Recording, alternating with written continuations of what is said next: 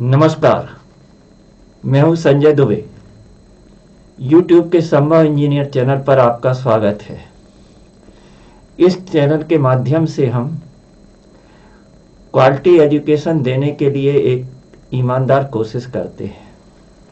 हमारे उत्साह को बनाए रखने के लिए ना ही आप हमारे वीडियोज को देखें, बल्कि चैनल को सब्सक्राइब करें और बेल आइकन को प्रेस करके, जिससे आपको कंटिन्यूसली नोटिफिकेशन मिलते रहे, हमारे उत्साह को बढ़ाते रहिए।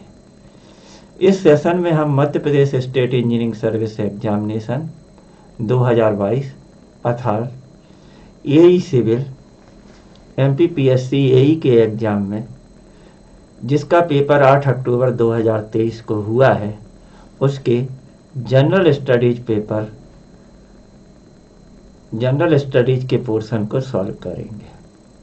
इससे पूर्व में भी सिविल इंजीनियरिंग के पेपर को 2 पार्ट में सॉल्व किया गया है। इसके बाद हमने सामान्य अध्ययन के सेक्शन को लिया है। आइए क्वेश्चन सॉल्व करते हैं। What would you use for immediate real-time communication with a friend? निम्न में से तुरंत रियल टाइम संचार के लिए आप मित्र के साथ संचार के लिए किस चीज़ का प्रयोग करते हैं? पहला ऑप्शन है ईमेल। मेरा मानना है कि ईमेल करने में थोड़ा टाइम लगेगा। इसके बाद क्या है आपका IRC भी क्या है? इंस्टेंट मैसेजिंग या तुरंत कम्युनिकेशन का एक माध्यम है। ठीक है, इसमें इसको बोलते हैं IRC, मतलब internet relay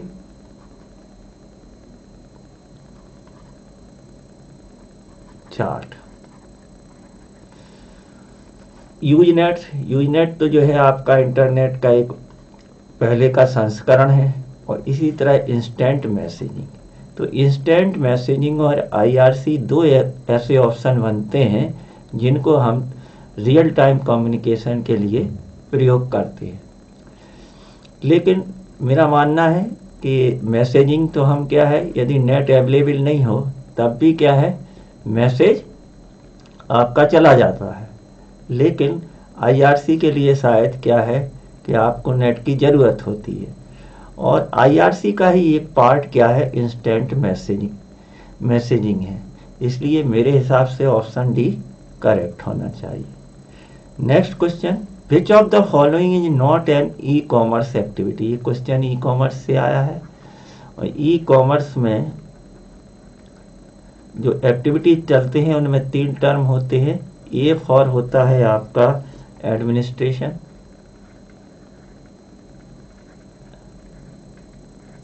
B for business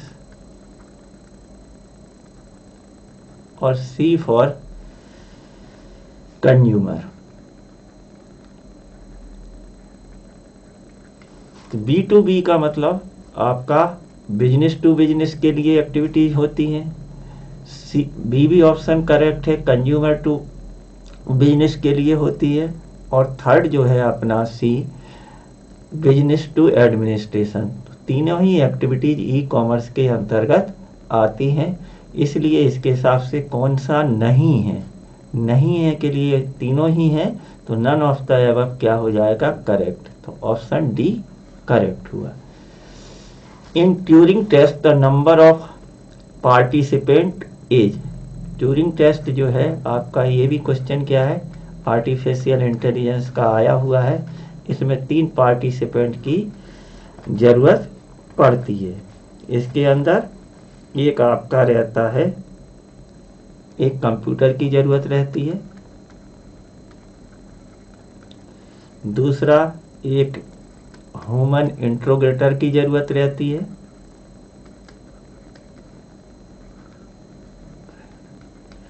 और एक ह्यूमन फाइल की जरूरत रहती है। तो इस तरह से आपका 3 ऑप्शन भी करेक्ट हुआ। कंप्यूटर एक जो क्वेश्चन पूछे ह्यूमन इंट्रोगेटर और एक ह्यूमन फायर। तो 3 तरह पार्टिसिपेट करते हैं। Next question, fuzzy logic has been very successful application. Washing machine, air conditioner और डिश वाटर, तीनों ही एक से ऑप्शन है।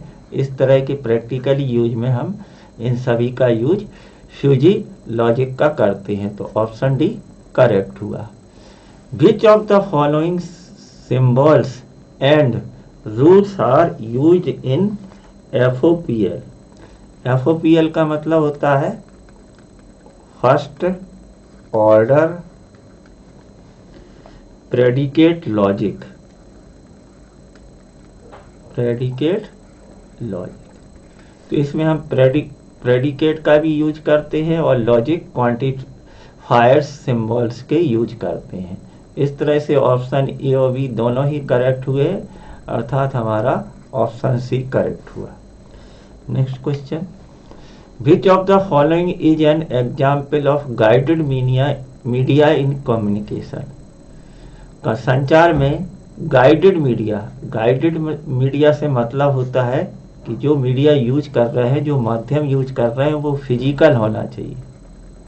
फिजिकल मतलब टच करने पे हमें कुछ ना कुछ आभास होना चाहिए, तो फिजिकल मीडिया है। तो जो जब वेव्स रहेंगी तो ये आपके कैसे रहेंगे, अनटचेबल रहेंगे, इमेजिनरी रहेंगे। तो आप कॉमन सेंस से भी जवाब दे सकते थे कि यूएसबी वेव, रेडियो वेव और इंफ्रारेड वेव, ये तीनों क्या है, वेव्स हैं। तो इनको गाइडेड मीडिया में नहीं आएगा। तो हमारी ओएफसी कहलाती है, ऑप्टिकल फाइबर केबल, ये फिजिकल मीडियम है और इसलिए आंसर हो जाएगा option D. Next question, government of India has launched NMEICT project for which sector. ठीक है, तो ये आईटी का प्रयोग किसमें होता है, तो इसके लिए NMEICT का मतलब होता है, एब्रीविएशन है जी आपका, national mission for education, NME for education through ICT। और ICT का मतलब शॉर्ट फॉर्म क्या होता है, इंफॉर्मेशन एंड कम्युनिकेशन टेक्नोलॉजी। तो ये किस में यूज कर रहे हैं हम, एजुकेशन के क्षेत्र में। तो ऑप्शन सी करेक्ट हुआ। Which of the following bus provide plug and play mode of operation to computer user. निम्नलिखित में कौन सा प्लग एंड प्ले ऑपरेशन है कंप्यूटर यूजर के लिए। PSI का मतलब होता है आपका peripheral component interconnect. Peripheral component interconnect,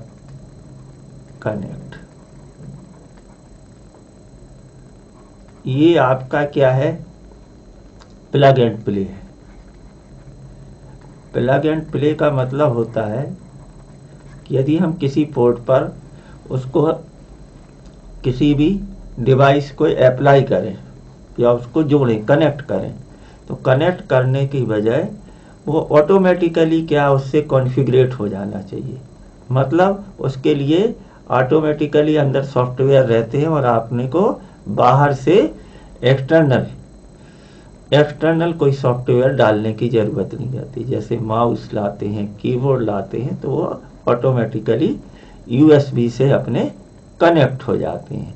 तो प्लग एंड प्ले का मतलब यही होता है। तो USB में जब हम USB एक ऐसा पोर्ट है जिसको हम एक्सटर्नली प्लग एंड प्ले के रूप में यूज करते हैं। PSI भी जो है हमारा क्या है, आपका प्लग एंड प्ले है, लेकिन ये जो है इंटरनली है।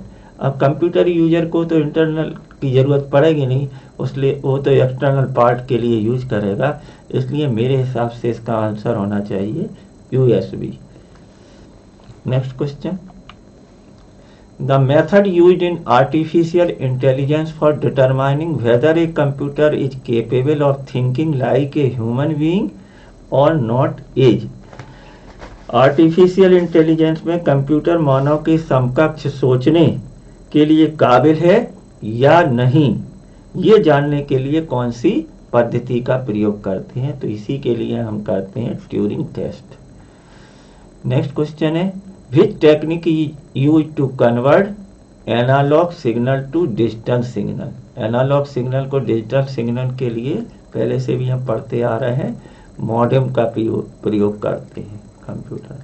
और मॉडेम क्या करता है? मॉड्यूलेशन का काम करता है। तो इस तरह से हमारा ये जो होगा आपका एनालॉग से डिजिटल को कन्वर्ट करने के लिए हो जाएगा pulse code modulation. Next question, which of the following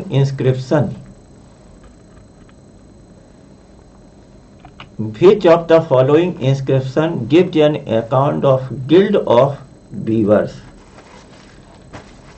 Hindi में यदि इसका कन्वर्जन करते हैं तो गिल्ड का मतलब होता है आपका श्रेणी।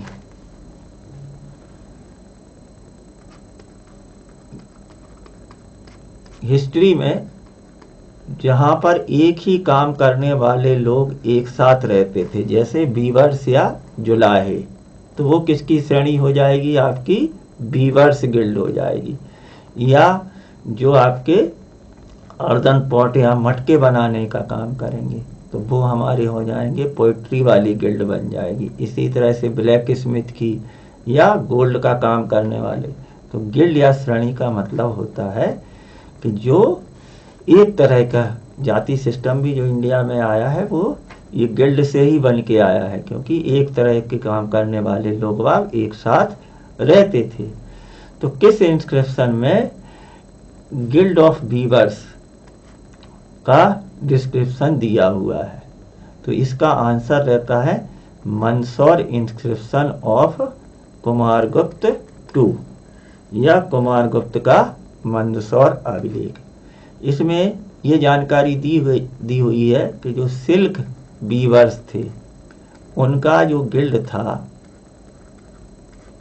वो एक जगह से दूसरी जगह शिफ्ट हो रहा था। एक पहले वो रहते थे लता प्लेस पर, लता जगह पर, और फिर किसी वजह से उनको उनके काम धंधे में कमी आ गई और वो शिफ्ट हो गए कहाँ के लिए? दसपुर के लिए। तो ये बड़ी घटना हुई उस समय में, जो कि कुमारगुप्त के मंदसौर अभिलेख में इसका जिक्र है। तो ये आ गया आपका ऑप्शन सी। नेक्स्ट क्वेश्चन है, ancient name Maikal denote which of the following areas? यदि आप जियोग्राफिकल मैप ऑफ मध्य प्रदेश देखेंगे तो आपका जो मैकाल पुराना क्षेत्र था वो आज का अमरकंटक का एरिया है। तो ऑप्शन ये आपका करेक्ट हो गया। उज्जैन जो है पहले क्या था? अवंतिका, अवंतिका जगह था, अवंती एरिया में आता था, अवंती महाजनपद था। Next question, which Chandel king died by the abandoning his body at the confluence of Prayag? किस चंदेल शासक ने प्रयाग के संगम में जल समाधि ली? तो इसका आंसर है राजा धंग। क्यों? ये धार्मिक प्रवृत्ति के होंगे। वैसे इनका पढ़ने से लगता है कि जो इन्होंने ये काम जो किया था प्राण त्याग का काम या जल समाधि ली थी, तो इनकी उम्र क्या है? 100 साल से ज़्यादा थी, मोर देन 100 ईयर्स एज के थे। तब इन्होंने प्रयागराज में या गंगा जमुना के जो संगम है वहाँ पर समाधि ली। Next question, who established Sharada Sadan in धार? तो शारदा सदन जो है धार में, आपका इसका आंसर किंग भोज भी हो सकता है, पाकपति मुंज भी हो सकता है। I am not confirm. आप आंसर सीट आने का इंतजार करिए, उससे चेक करिए। मोस्ट प्रोबेबली राजा भोज क्या थे? फेमस थे, और ये बागपति मुंज दोनों ही यहाँ पर इन्होंने राज किया है, दोनों ही फेमस थे। तो इनमें से कोई ऑप्शन हो सकता है। Next question, name the Greek ambassador who established the Garuda pillar at Besnagar? पुराना बिरसा जो था वो भिलसा कहलाता था आज का, और भिलसा के पास ही है बेसनगर। और बेसनगर में एक पिलर है जो गरुड़ पिलर के नाम से जाना जाता है। गरुड़ क्या थी? वो गरुड़ डायटी या देवता, गरुड़ देवता है। उसके कैपिटल पर, कैपिटल मीन्स ऊपर वाले भाग, तो ये आपको मिलता है। तो ये फेमस पिलर है, और ये जो बेसनगर का गरुड़ पिलर कहलाता है, और ये हेलियोडोरस ने बनवाया था। Who was the author of Viddhasala Bhanjika? ये जो विद्यसाल भंजिका है, इसके राइटर कौन थे या लेखक कौन थे? विद्यसाल भंजिका, इसके लिए राइटर्स देखिए उनके कौन कौन सी। तो राजशेखर करेक्ट आंसर हुआ। Who is the author of Ram रसायन? राम रसायन के ऑथर कौन थे? तो इसका आंसर रहेगा Padmakar. Next question, Bengali is closer to which dialect? Bagheli is closer to which dialect of Uttar Pradesh? Bagheli को उत्तर प्रदेश के किस बोली के निकट माना जाता है? तो जो बघेली है ये हमारे रीवांचल में बोली जाती है। बघेली कहाँ की भाषा है? रीवांचल, ठीक है। रीवा के पास में ही क्या पड़ता है? चित्रकूट है,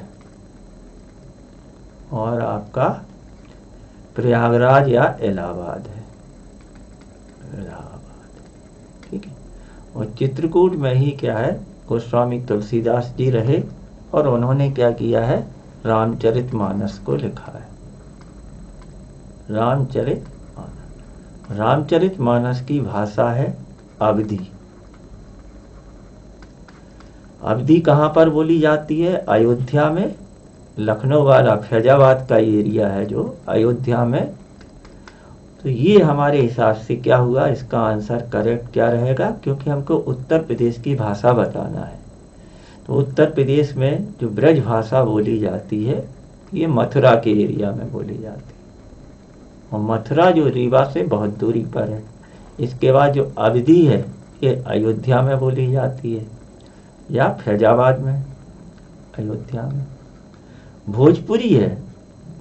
इसके अलावा अवधी जो हमारा अयोध्या के पास ही क्या है? प्रयागराज या इलाहाबाद है, यहाँ पर भी आपकी अवधी भाषा का प्रयोग होता है। जबकि भोजपुरी है ये पूर्वांचल में बोली जाती है। पूर्वांचल की भाषा है, मतलब ईस्टर्न, आपका ईस्टर्न यूपी। और ईस्टर्न यूपी जो है कहाँ का कहलाता है? गोरखपुर, मेनली गोरखपुर बलिया। तो ये डिस्टेंस यहाँ से जो है रीवा से बहुत ज़्यादा है, जबकि अयोध्या की डिस्टेंस कम है। इसलिए जो, और इलाहाबाद तो बिल्कुल पास ही है आपका रीवा से, तो यहाँ पर अवधी भाषा ही हमारा करेक्ट। तो आंसर हुआ आपका Awadhi. Who is accredited at the folk deity at Bundelkhand? Bundelkhand के में लोक देवता के रूप में किसको माना जाता है? तो इसका आंसर रहेगा, यदि ओरछा जाते हैं आप तो आपका वहीं के राजा थे, तो आपको लाला हरदौल को आपको देवता के रूप में पूजा की जाती है। Next question, who was the builder of the Khajuraho group of temple? ये तो मध्य प्रदेश का यदि सबसे फेमस क्वेश्चंस में से है। खजुराहो के मंदिरों का समूह किन राजाओं ने बनाया था? तो इसका आंसर है चंदेल डायनेस्टी या चंदेल राजाओं के द्वारा, चंदेल वंश के राजाओं के द्वारा। ऑप्शन सी करेक्ट हुआ। Which of the following regions of Madhya Pradesh are densely forested? तो डेंसली फॉरेस्टेड जो है अपना, वो है आपका बालाघाट वाला एरिया, जहाँ पर रेनफॉल अच्छी होती है, बालाघाट, चिंदगाड़ा। तो ये सब एरिया आ जाएगा अपना सतपुड़ा मैकाल एरिया में। ऑप्शन सी करेक्ट हुआ। Which of the following correct statement represent the correct location of Malwa plateau. Malwa plateau की करेक्ट लोकेशन, 4 ऑप्शंस दिए हैं, उनमें से पता करते हैं। It lies on western part of the central highland. Malwa जो एरिया है, मध्य प्रदेश का नक्शा देखें तो ये आपके वेस्टर्न पार्ट में पड़ता है, तो इसको मान सकते हैं, ये सही है। It lies between Betwa and Johilla valley, ठीक है, इसके बारे में जानकारी नहीं मिल रही है। It lies to the east of Bundelkhand highland. Bundelkhand का हाईलैंड के मालवा तो क्या है, वेस्ट में पड़ता है, इसलिए ये ऑप्शन क्या है, गलत हो जाएगा। It lies to the north of river. यदि आप मध्य प्रदेश का मैप देखते हैं तो नर्मदा रिवर क्या है, मालवा के बिल्कुल क्या है, साउथ से निकलती है। तो साउथ से निकलेगी तो मालवा का प्लेट्यू क्या रहेगा, नॉर्थ में रहेगा, इसलिए हमारा option A and D correct होगा। Next question, which of the following statement is incorrect regarding the climate of Madhya Pradesh. Madhya Pradesh के क्लाइमेट या मौसम के बारे में कौन सा आपका सेंटेंस क्या है, गलत है। In winter the mean temperature is 10 degree centigrade and mean maximum temperature 25 degree. Winter का एवरेज टेम्परेचर, एवरेज वो भी कैसा है, मिनिमम टेम्परेचर 10 डिग्री सेंटीग्रेड रहता है और मैक्सिमम टेम्परेचर रहता है, मीन वो रहता है 25 डिग्री सेंटीग्रेड।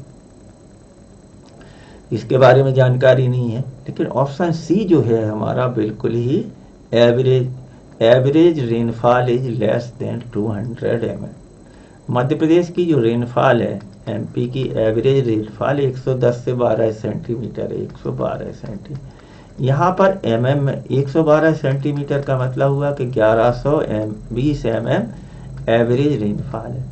क्योंकि यहाँ रेनफॉल तो दी हुई है 20 centimetre, 200 mm is equal to 20 centimetre, तो इतनी रेनफॉल तो आपका हो ही नहीं सकता है। तो इसलिए ये वाला तो आपका ऑप्शन बी क्या है, गलत हुआ। The heaviest rainfall is in the south eastern part and gradually decrease to north west. तो इस तरह से ऑप्शन बी हमारा जब गलत हो गया तो ऑप्शन बी ही हमारा क्या है, आंसर रहेगा। Next question, which of the following energy resources is found abundantly in Johila, Sohagpur, Pench, Kanhan and Singrauli. Johila, Sohagpur, Pench, Kanhan और सिंगरौली में कौन सा एनर्जी रिसोर्सेज पाया जाता है, तो सिंगरौली जो है और हमारा ये आपका सोहागपुर है, ये कोयले की खदानों के लिए फेमस है। तो आपका 24 का डी क्या हुआ, कोल आंसर हुआ। Next question, the most important manganese producing belt lies in which of the following district. Manganese की जो मेन खदान है वो क्या है, मलाज खंड। मलाज खंड कहाँ पर है, आपकी बालाघाट में। बालाघाट के साथ जो ऑप्शन दिए हुए हैं वही हमारे करेक्ट हो जाएंगे, इसलिए बालाघाट, छिंदवाड़ा और झाबुआ में जो है मैंगनीज की बेल्ट पाई जाती है।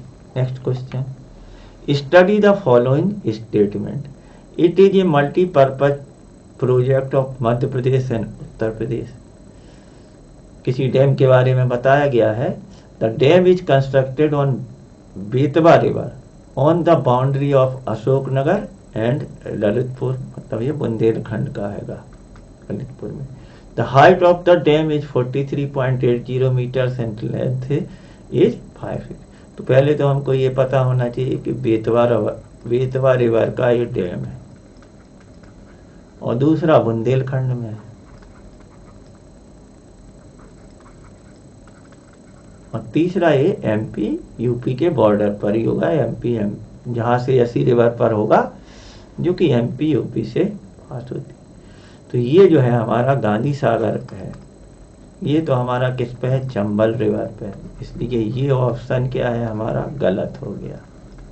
इसी तरह से बाणसागर परियोजना है, ये हमारी क्या है, सोन नदी पे है, सोन नदी पर है। अब बचती है हरसी और राजघाट, तो राजघाट में ललितपुर में ही क्या है आपका ललितपुर और अशोकनगर के बॉर्डर पर ही राजघाट डैम है। राजघाट मल्टीपर्पज प्रोजेक्ट है, राजघाट डैम है। और हरसी जो है ये आपका ग्वालियर का बहुत पुराने समय का अर्दन डैम है, अर्दन डैम है। तो ये आपका करेक्ट आंसर हुआ। मेरा मतलब है कि बहुत सा तो पढ़ के जाते हैं, लेकिन आप कुछ ऑप्शंस को गलत करके कॉमन सेंस का, अपनी नॉलेज का भरपूर प्रयोग करके भी सही कर सकते हैं। Next question, diamond which is found in the Chhatarpur district is located in which of the following development block. तो ये जो आपका है मध्य प्रदेश के छतरपुर जिले में डायमंड पाया जाता है, हीरा पाया जाता है, वो किस डेवलपमेंट ब्लॉक में? छतरपुर जिले में पाए जाने वाला हीरा निम्नलिखित में से किस विकास खंड में अव्यवस्थित है? पिछोड़ तो ये शिवपुरी की तहसील है, पिपरिया यहाँ इटारसी के पास है, ये जो बंदर है यही आपका यहाँ का ब्लॉक हैगा छतरपुर का। ऑप्शन ए करेक्ट हुआ। नेक्स्ट हुआ, in which year did the Madhya Pradesh government constitute a separate department of new and renewable energy. New और रेन्यूएबल एनर्जी के लिए एक अलग से डिपार्टमेंट मध्य प्रदेश सरकार द्वारा आपका 10 अप्रैल 2010 को बनाया गया था। Next question, what is the major source of irrigation in Madhya Pradesh? Common question हैगा। यहाँ पर मध्य प्रदेश में, उत्तर प्रदेश में अधिकांश जो सिंचाई है वो किसके द्वारा होती है? वेल एंड ट्यूबवेल या कुएं या नलकूपों के द्वारा होती है। लगभग 2/3 सिंचाई, 67% जो सिंचाई होती है वो वेल एंड ट्यूबवेल से होती है। इसके बाद आपकी 15-16% होती है नहरों से। तो ऑप्शन सी करेक्ट हुआ। What is the main cause of low temperature in Pachmarhi? Pachmarhi भी क्या है? हिल स्टेशन है, और जितने भी हिल स्टेशन होते हैं वहाँ पर ही लो टेम्परेचर होता है। उसका मेन रीजन क्या रहता है? हाइट। तो यहाँ हाइट का एक ही ऑप्शन दिया हुआ है, हाइट। दूसरा आपने देखा होगा कि जितनी घनी वनस्पति होगी, वेजिटेशन होती है, वहाँ पर क्या होता है? ठंडक ज़्यादा रहती है। तो आंसर क्या हुआ आपका? Height and vegetation. 30 का ही। Next question, who among the following was not the governor of Madhya Pradesh? Madhya Pradesh के गवर्नर की लिस्ट आपको तैयार करनी है। उसमें से देखेंगे कि आपका लालजी टंडन, कुमार, ये आपके हो गए हैं। कुमार महमूद अली खान, ये भी क्या रहे हैं? आपके कैलाश नाथ काटजू, ये आपके क्या है? मुख्य वो गवर्नर नहीं रहे। सरला ग्रेवाल क्या है? वुमन गवर्नर रही हैं ये। नेक्स्ट क्वेश्चन,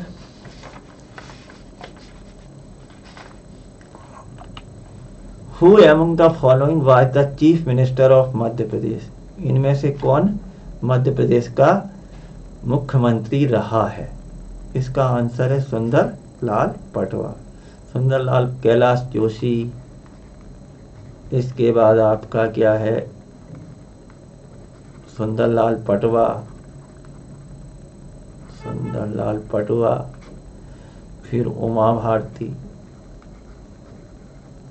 फिर आपका बाबूलाल गौर, और फिर शिवराज सिंह। ये हमारे मध्य प्रदेश में बीजेपी के क्या है? मुख्यमंत्री रहे। सुंदरलाल पटवा उनमें से एक थे। ऑप्शन डी करेक्ट हुआ। The panchayati raj system in Madhya Pradesh. Madhya Pradesh में पंचायती राज क्या है? 3 टियर सिस्टम है या त्रिस्तरीय है। इसमें सबसे नीचे होती है ग्राम पंचायत, फिर रहती है अपनी जनपद पंचायत, फिर रहती है जिला पंचायत। जिला पंचायत, तो इस तरह से कौन सा हुआ? 3 टियर सिस्टम है। Next question, in which district of Madhya Pradesh is Bhagoria festival is celebrated? Bhagoria festival mainly क्या है? आपका मालवा रीजन में मनाया जाता है। मालवा रीजन में बहुत सारे डिस्ट्रिक्ट हैं, उसमें से देवास भी है, उज्जैन भी है, लेकिन पर्टिकुलरली ये झाबुआ डिस्ट्रिक्ट में सबसे अधिक मनाया जाता है। तो ऑप्शन ए करेक्ट हुआ। According to 2011 census which is the district with the lowest population density in Madhya Pradesh. ये आपका 35वां क्वेश्चन है। इसमें हिंदी में आप बोलेंगे 2011 की जनगणना के अनुसार मध्य प्रदेश में सबसे कम जनसंख्या घनत्व, तो यहाँ पढ़ते वक्त ध्यान रखना है कि डेंसिटी पूछी है, पॉपुलेशन डेंसिटी जनसंख्या घनत्व, 1 स्क्वायर किलोमीटर में कितने लोग रहते हैं, वही कहलाती है पॉपुलेशन डेंसिटी। और 2011 का पूछा है, ठीक है। उसके बाद चेंज भी हुआ है, नए डिस्ट्रिक्ट भी आ गए हैं। तो 2011 में क्या थी, डिंडोरी की जो पॉपुलेशन डेंसिटी थी वो क्या थी, मिनिमम थी। हरदा जबकि क्या था, सबसे छोटा राज्य था। तो ये आपका ऑप्शन ए करेक्ट हुआ। Next, according to 2011 census which is the least populous district of Madhya Pradesh. Madhya Pradesh का सबसे कम जनसंख्या वाला, लीस्ट पॉपुलेशन सबसे कम जनसंख्या वाला जिला कौन सा था। तो जिले के हिसाब से सबसे कम क्या था, 2011 की सेंसस से हरदा। उसके बाद आपका ये जो आगर मालवा बने हैं और निवाड़ी डिस्ट्रिक्ट, इनकी भी पॉपुलेशन क्या है, हरदा से कम है, लेकिन चूंकि क्वेश्चन किससे पूछा गया है आपका 2011, तो आंसर रहेगा option B. Next question, Where is Sant Shiromani Ravidas global skill park located in Madhya Pradesh. ये संत शिरोमणि ग्लोबल स्किल पार्क जो है मध्य प्रदेश के भोपाल में आपका स्थित है। ऑप्शन ए करेक्ट हुआ। Next question, in which district of Madhya Pradesh is ordnance factory Khamaria situated. Ordnance factory जो मध्य प्रदेश में है, एक तो है आपकी खमरिया जबलपुर में, खमरिया जबलपुर, वहाँ पर व्हीकल फैक्ट्री भी है इनकी आर्मी वालों की, और दूसरी है आपकी इटारसी में। और इटारसी जो आता है वो हमारा नर्मदापुरम डिस्ट्रिक्ट या होशंगाबाद में आता है। तो आंसर क्या होगा हमारा, Jabalpur, option C. Sauda Patrak mobile app launched by government of Madhya Pradesh is related to which of the following. Sauda Patrak mobile app है जो किसानों के लिए एग्रीकल्चर क्षेत्र या कृषि क्षेत्र से जुड़ा हुआ है, कृषि क्षेत्र से जुड़ा हुआ है। इसके द्वारा किसान मंडी के अलावा व्यापारियों को भी उचित कीमत पर अपनी फसल को बेच सकते हैं, उनको रेट पता चलेगा और वहां से वो क्या कर सकते हैं, एग्रीमेंट कर सकते हैं। तो ये ऑप्शन ए करेक्ट हुआ। The product of Indore district in Madhya Pradesh under one district one product, ठीक है। आपका एक जिला एक उत्पाद के तहत मध्य प्रदेश में इंदौर जिले का उत्पाद है। तो इंदौर जिले का जो उत्पाद है वो है आलू। ऑप्शन डी करेक्ट हुआ। Who among the following attended the Republic Day of India as the chief guest of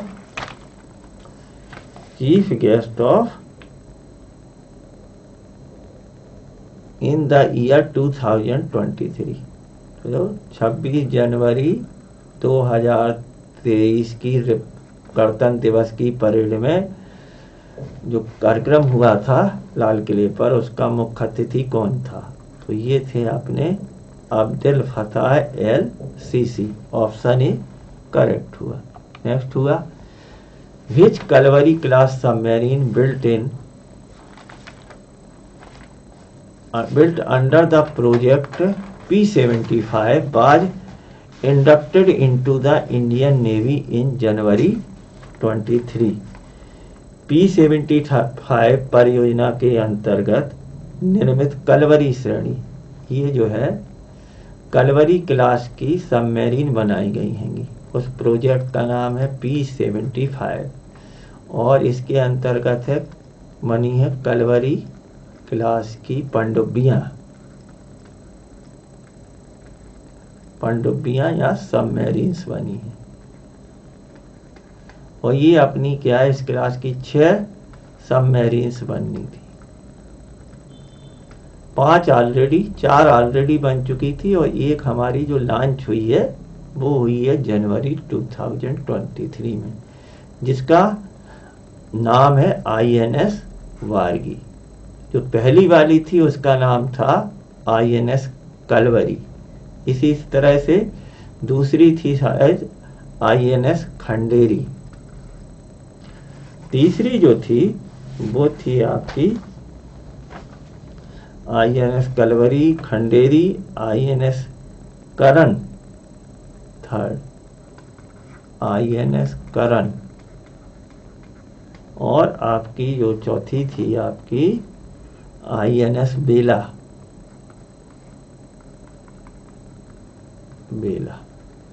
पांचवी जो थी अपनी INS वागिफ, जो करेक्ट आंसर है। और 2024 में एक और आएगी, वो आखिरी इस सीरीज की रहेगी, जिसका नाम रहेगा आपका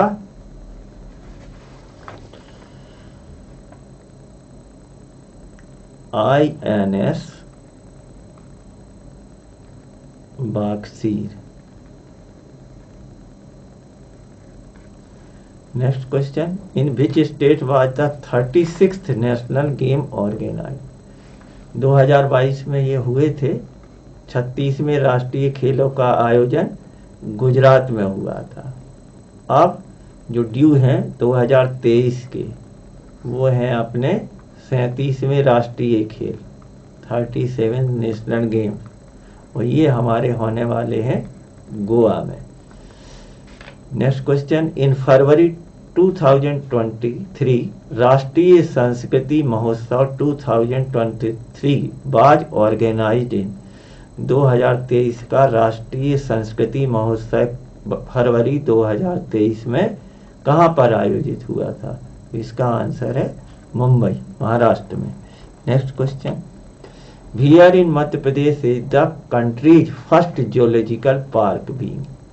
फर्स्ट जियोलॉजिकल पार्क जो है किसके द्वारा बनाया जा रहा है? Geological survey of India, geological survey of India, और ये हमारा जबलपुर डिस्ट्रिक्ट में लम्हेटा गांव में स्थापित किया जा रहा है। तो ये लम्हेटा गांव कहाँ पर है?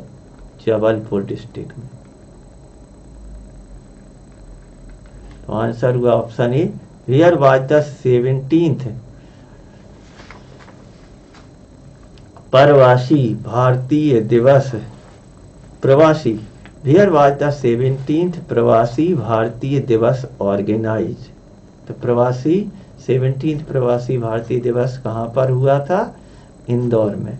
ऑप्शन ए करेक्ट हुआ। Next question, which of the following is not a UNESCO world heritage site of Madhya Pradesh. Khajuraho को सबसे पहले शामिल किया गया था यूनेस्को द्वारा संरक्षित साइट में। इसके बाद हमारी आ गई थी आपकी सांची के स्तूप आ गए थे, तो ऑप्शन सी भी आ गया था। इसके बाद क्या है? भीमबेटका की गुफाएं, रॉक शेल्टर्स, ये तीनों क्या है? हमारे यूनेस्को द्वारा संरक्षित है। तो फिर इसके नोट पूछा गया है, तो नोट के लिए क्या रहेंगी? बिरसा की जो उदयगिरी केव्स हैं वो यूनेस्को द्वारा संरक्षित क्षेत्र में या वर्ल्ड हेरिटेज साइट के अंतर्गत नहीं आती है। मध्य प्रदेश की 3 ही साइट हैंगी जो यूनेस्को द्वारा संरक्षित है। Which of the following sport has been declared as the state sport of Madhya Pradesh. ये पहले भी मध्य प्रदेश PSC यही के एग्जाम में आ चुका है, और इसका आंसर रहेगा आपका मलखम। 2013 में शायद इसको मलखम को राजकीय खेल के रूप में शामिल किया गया। Next question, which of the following is the scheme of Madhya Pradesh government for improving the health and education status of the girls. तो आपका हेल्थ एंड एक तो यही ऑप्शन हो सकता है हमारे हिसाब से, बेटी बचाओ एंड बेटी पढ़ाओ अभियान। लाडली लक्ष्मी योजना इससे रिलेटेड नहीं है, आपका हेल्थ से, और गांव की बेटी योजना। तो ये आपका क्या है, बालिका शिक्षा एंड हेल्थ प्रोत्साहन योजना भी हो सकता है। मेरे हिसाब से तो ऑप्शन यही करेक्ट है। नेक्स्ट क्वेश्चन आप चेक कर लीजिए आंसर शीट से। What is the upper limit of the subsidy given to the farmers under Khet Talab योजना ऑफ द मध्य प्रदेश। तो इसकी अमाउंट जो है खेत तालाब योजना के अंतर्गत अधिकतम जो राशि सब्सिडी के रूप में दी जाती है वो है आपकी 16,350 रुपये। तो ऑप्शन सी करेक्ट हुआ। Thank you for watching the video. Please like subscribe the channel. एक बार फिर बहुत बहुत